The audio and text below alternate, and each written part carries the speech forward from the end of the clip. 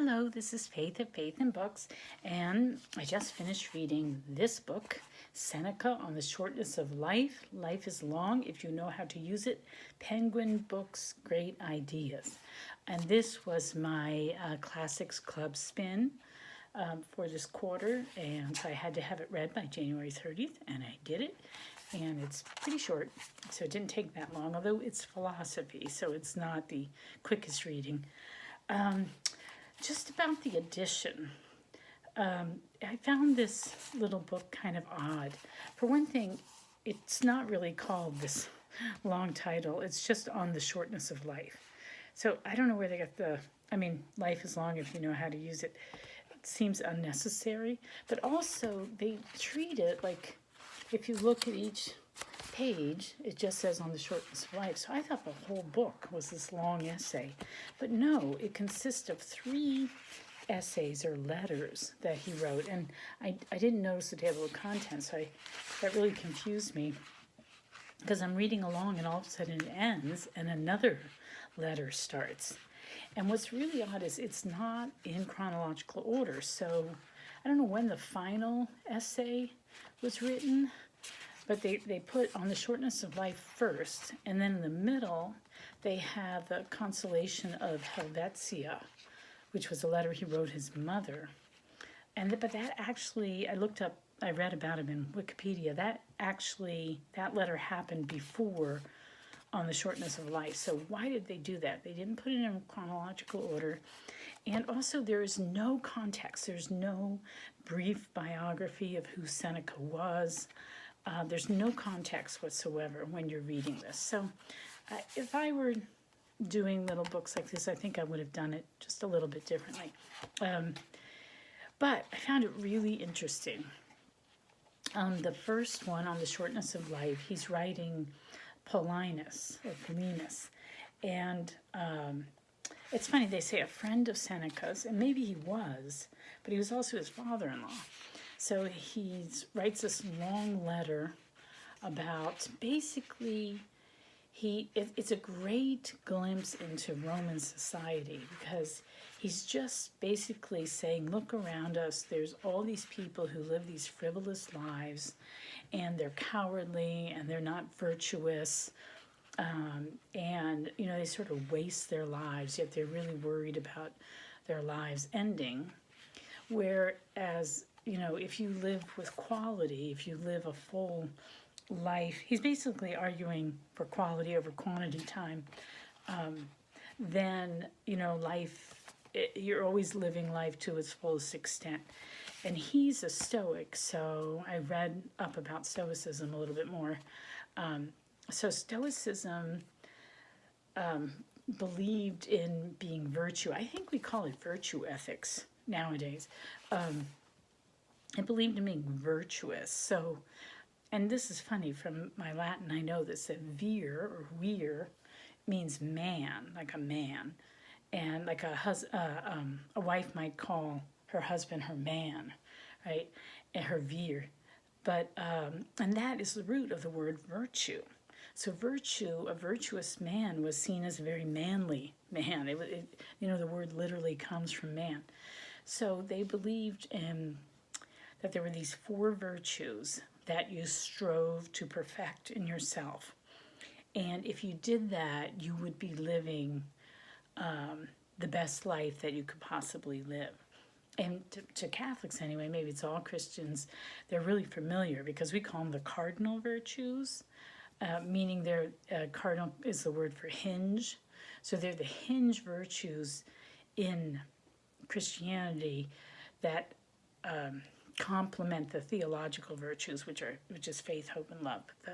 But the 4 virtues that the Stoics exalted as the highest virtues were wisdom, and we tend to call it, in Catholic speak, we call it prudence, but wisdom, courage or fortitude, temperance, and justice. And justice is the greatest of all. So the other 3 lend it themselves to living a just life. And so the whole goal is to take control of your life and basically depend on your own internal integrity, so that no matter what happens to you, you're detached enough that you can step back and, make the best of any situation. And so all these principles he's expounding on as he writes to Paulinus. And so let's see, I underlined a lot of stuff. Let's see. I don't know. Anyway, so it was I don't think I can find a quote from the first essay. I found, though, a lot of ideas that are sayings or that people will quote at you, or that you've heard, they were here. Like he says, we are in the habit of saying that it was not in our power to choose the parents who were allotted to us, that they were given to us by chance, but we can choose whose children we would like to be. So things like that. Let's see, what else did he say in this first essay? And it was really interesting because it really showed you the dynamics of society during that time. So Seneca himself apparently was really wealthy. He was born into this patrician family in Spain, and he was doing the regular thing of having the different offices that the higher ups sort of traded in the government. And what happened was Claudius, the Emperor Claudius, accused him of Seneca of having an affair with his sister, Julia, I think. And they're pretty sure he didn't actually. But anyway, Claudius sentenced him to death, and then he commuted it to exile. So he got exiled to Corsica. And this second letter is to his mother. Dearest mother, I have often had the urge to console you and often restrained it. Many things encourage me to venture to do so. Anyway, he writes I thought it was an astonishing letter to his mother, trying to console her, using all these Stoic principles about why she shouldn't mourn the fact that her son's been sent into exile. And he goes through it. I thought it was just an extraordinary letter to her. He obviously had a lot of respect and love for her. And it was kind of nice to see a man, really honoring his mother. And let's see, what was the really extraordinary thing? He's talking about why she shouldn't cry, because it's okay to go into exile, because humans naturally want to travel, they migrate. He said, I'm here on this island, people have come here of their own free will, so it just means I'm changing places. He goes on, a lot of it is just, to the modern ear, sounds like rationalization, but it's done in an attempt to detach yourself so that you can have control over your own disposition, and everything is seen as something to make you stronger. I love this idea. He said there's only two things that are worthwhile in life. He says, for how little we have lost. He's talking about when things are taken away from you, you're sent into exile or prison or whatever. When the two finest things of all will accompany us wherever we go, universal nature and our individual virtue. Believe me, this was the intention of whoever formed the universe, whether all-powerful God, or incorporeal reason creating mighty works, or divine spirit penetrating all things from greatest to smallest with even pressure, or fate and the unchanging sequence of causation. He's talking about what caused everything. It sounds really Christian, and in fact, a lot of his ideas got adopted by the church fathers like Augustine. The world you see, nature's greatest and most glorious creation, and the human mind which gazes and wonders at it, and is the most splendid part of it. Yeah, so this was just an amazing letter. I thought it was really moving and thought-provoking. Here's the thing, though, that like nowadays it would be sort of considered scandalous. But okay, here it is that he's talking about his mother, the fact that his mother is strong. She's endured many sorrows before. But also he says, you're just above and beyond most other women. And he says, he's very much into controlling your impulses. So he doesn't like people who, gluttons or people who give in to their lusts and that sort of thing. And he says, that worst evil of our time, unchastity, has not numbered you among the majority of women. Neither jewels nor pearls have influenced you. The glitter of wealth has not struck you as the greatest blessing of the human race. You were brought up in a strict, old-fashioned home and never deviated into the imitation of worse women, which is dangerous even to good ones. You were never ashamed of your fertility, as if it taunted you with your advancing years. Never did you follow other women who seek only to impress by their looks and hide your pregnancy as if it were an indecent burden. Nor did you destroy the hopes of giving birth by abortion. You did not spoil your complexion by paints and cosmetics. You never liked the sort of garment which revealed no more when it was taken off. In you has been seen that matchless ornament, that loveliest beauty, which is not dependent on any time of life, that greatest glory of all, modesty. I thought it was pretty amazing to read.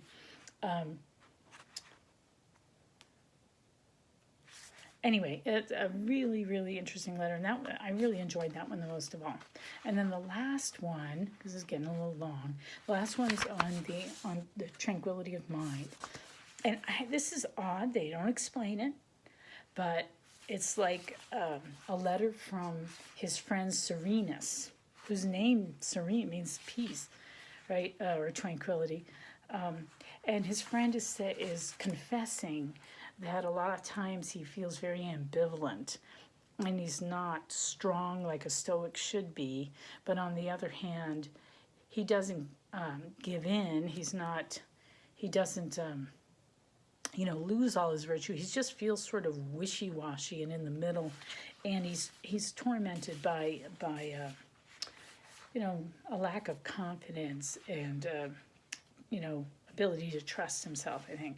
And so he writes this letter to Seneca, and it's so poetic. He says, "To cut the matter short, this weakness in my good intentions pursues me in every sphere. I fear that I'm gradually getting worse, or, which is more worrying, that I am hanging on an edge like someone always on the point of falling, and that perhaps there is more wrong than I myself can see. For we take too intimate a view of our own characteristics, and bias always affects our judgment. I imagine many people could have achieved wisdom if they had not imagined that they had already achieved it, if they had not dissembled about some of their own characteristics and turned a blind eye to others."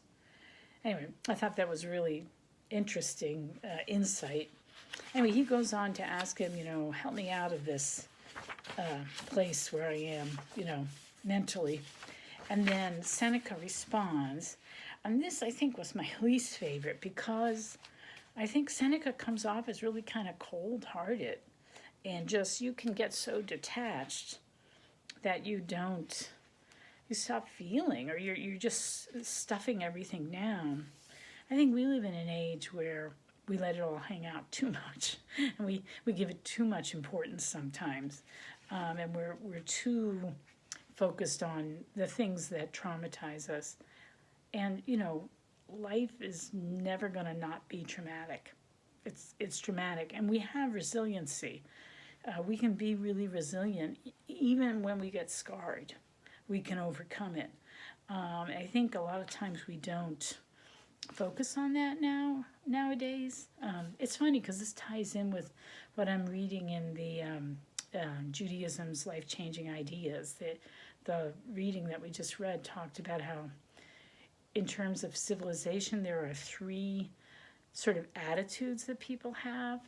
And like the middle attitude was the best. That was where people were like, had the energy and the motivation to be like more self-sufficient, and they had drive and they had creativity, and they were confident in their problem solving and that sort of thing. So you can compares that to like the Renaissance. And the first stage was the traditional, where you just set in tradition. Second, kind of arc of civilization is when you have all this creative energy. And the third one is the time that we're living in now, where we're very other-centered. And so we want approval from everyone else, and we're very fragile. And this was the study he's citing was written in 1950, which is so weird. But anyway, I often think that way. I think the internet has sort of amplified that a lot. Anyway, this was my least, I think the last one was my least favorite, because to me it showed up sort of Stoicism's shortcomings, in that it's so focused on controlling yourself and not letting things in the world affect you, that you can become really cold-hearted and sort of like a robot or something. And one thing that I thought was funny was he's giving all these examples of people who died at the hands of ruthless leaders, and he's calling it fortune, but it's really just their form of government was so terrible. They were just so bloodthirsty. So when good men come to a bad end, when Socrates is compelled to die in prison and Rutilius to live in exile, when Pompey and Cicero have to offer their necks to their clients, when Cato, that living pattern of the virtues, has to fall on his sword to show the world what is happening to himself and the state at the same time, then we have to feel anguish that fortune hands out such unfair rewards. That's not fortune. That's evil leaders doing this to other people. It's a very, very brutal time.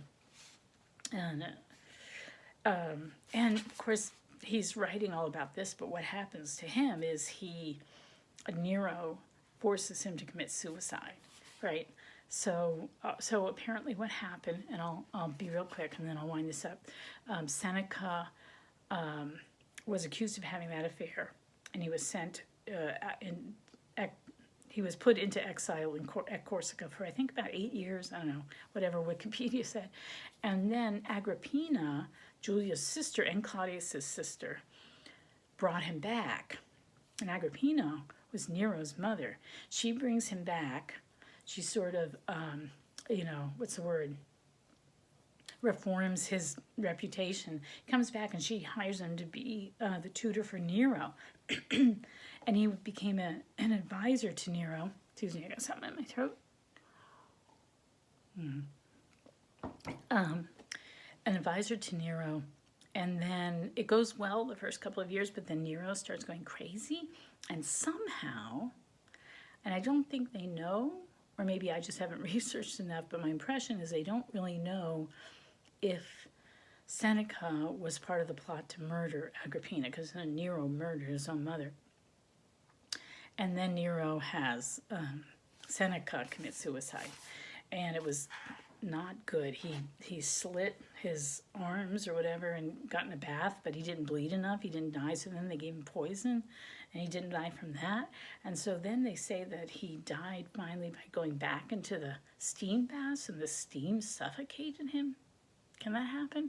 Anyway, he died kind of a brutal death. It wasn't easy, and I wonder how brave he was. I really wonder.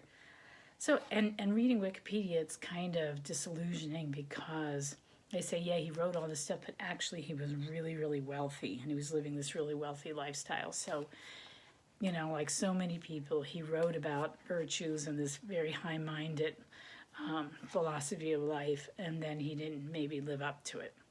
So I don't know, I'm interested in learning more about Seneca and about Stoicism. I do think it's interesting. I think you can't push it too far, because there are flaws in it.